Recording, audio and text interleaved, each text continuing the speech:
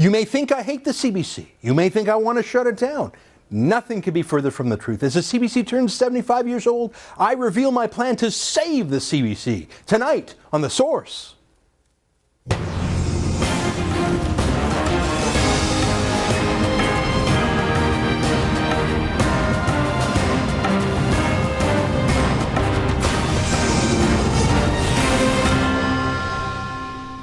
Oh, yes, the CBC drives me nuts. It hoovers up $1.1 billion a year from Canadian taxpayers. During the recent recession, when most Canadians were tightening their belts, it was party time over at the CBC.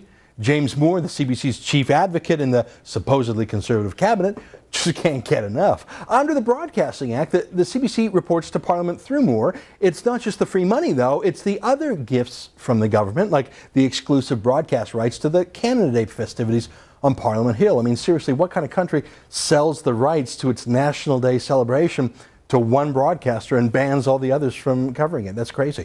In the private sector, that kind of inside job would be illegal. And then there's the crazy propaganda, like the fact that they have an official policy not to call terrorists terrorists because they say that would take sides. But of course, they love to smear anyone they don't like with names like this lie, where they called the Peaceful Jewish Defense League terrorists. Check this out. There are extremists in every religion, whether it's Islam, whether it's Christianity, whether it's Hinduism, even Buddhists. The Jewish Defense League is a banned terrorist organization in Canada, so it's not... No, it's not true. It's a lie. They finally retracted the smear days later. Look, they love the Taliban and they'll believe every sob story from terrorists like Omar Khadr. But they lustfully reported every false accusation of war crimes against our brave men and women in uniform. Yet when that whole charade was revealed to be based on nothing, the CBC was silent, refusing to apologize. Remember our special show on how Professor Amir Adaran accused our troops of war crimes on the CBC? The CBC are scofflaws also. The courts say that they've broken the law that requires government agencies to obey access to information rules about how they spend our money. But the CBC says they'll appeal that all the way to the Supreme Court using our tax dollars, of course. Now, the CBC is very partisan. Like when they set up a pro-liberal website during the last election called Vote Compass, it was a campaign tool whose default setting told you you were a liberal, just in case you needed a nudge. And then there's their anti-Alberta, anti-American, anti-capitalist obsessions. I mean, the fact that they've given David Suzuki literally 40 years of free propaganda. Not free, actually, they pay him handsomely. I mean, look at the so-called documentaries they run. For example, this week, on the 10th anniversary of 9/11, they're running a whole series of conspiracy films that give airtime to the bizarre theories that the U.S. government themselves were in on the terrorist attacks. They have a silent policy of not allowing any conservative-minded people to host a show, except maybe Don Cherry, but that's a hockey program, or Kevin O'Leary on business. Rex Murphy is allowed a radio call-in show, but he's really just a moderator on that show. He doesn't express a strong opinion himself. The CBC is all liberal. The CBC has actually become the farm team for Al Jazeera. Can you believe that's the Emir of Qatar's state broadcaster? That dictatorship-owned propaganda outlet scooped up the CBC's stars Avi Lewis and Tony Berman. I mean, obviously their training at the CBC was a good fit for Al Jazeera. But here's the thing. I don't actually want to shut the CBC down, even though they're left-wing and anti-Israel and anti-troops.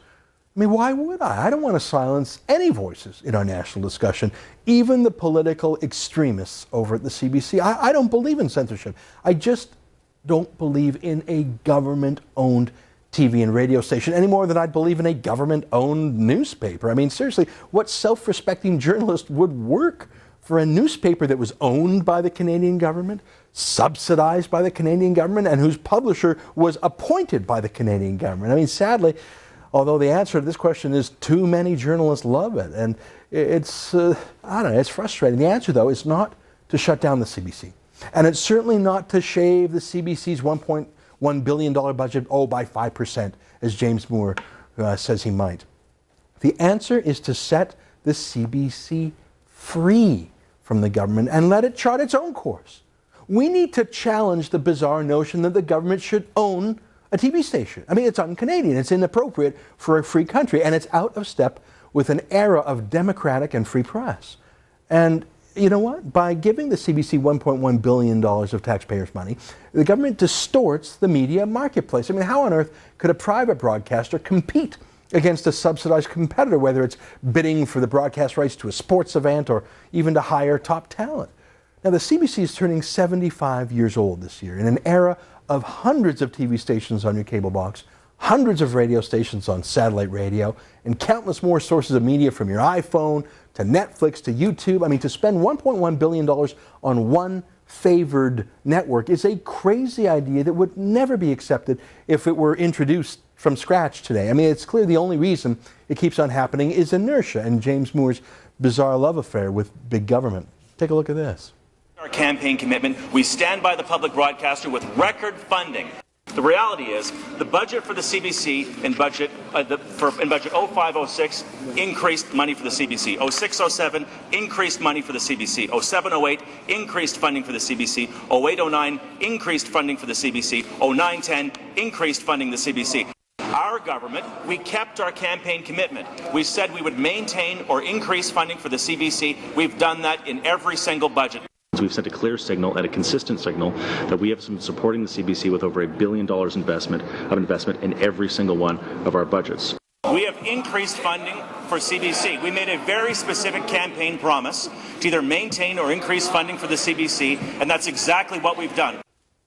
Yes, friends, that is apparently a Conservative cabinet minister. Well, look, I'm sure the idea of a government-owned gas station once made sense in Canada too, at least in the minds of the politicians who love to be the boss of a company that they could never do in the private sector. And I'm sure for the lucky employees who didn't have to survive in a free market, it was great to be working for the government gas station. But we privatized Petro-Canada. It's still there on street corners across the country, right alongside every other gas station, except we no longer have to pay billions of dollars for it. We actually collect billions of dollars from it in tax money. Plus, it's no longer an unfair competitor to other gas stations when buying up assets or talent. Same thing with Air Canada. It's not owned by the government anymore. It is a private company. It's still flying. Same as other private airlines like WestJet. And although both companies probably had some nervous moments when they left the stifling embrace of big government, I'm sure that 99% of the employees of both companies would never go back to working for the man. I mean, it wouldn't make sense for economic reasons. And then there's the issue of self-respect. And that's what I want to talk about today. Giving the CBC its self-respect back after 75 years without it. Making the CBC the captain of its own destiny. Getting government out of their hair so that never again can a prime minister like Jean Chrétien have his staff call up the CBC brass to order reporter Terry Milewski to be taken off a political story that was embarrassing to Chrétien. Getting the CBC out of government also means getting the government out of CBC. I want to save the CBC from the government. Let's talk about this on the TV station that believes in free debate. Later in the show, you've seen my promo, but I'll show you what happened behind the scenes when I made a visit to the CBC's Toronto bunker. And we'll talk about the CBC's track record of political bias and of the public appetite for reform. Then, my favorite part, we will speak with an expert on successfully turning publicly owned assets into great private companies. But after the break, we'll talk about how the CBC compares for better and for worse with other state broadcasters around the world. It is a cornucopia of Canadian broadcasting today on The Source. David Suzuki. Oh, David Suzuki. David Suzuki. Saint Suzuki, hear my prayers. Saint Suzuki, save us from global warming.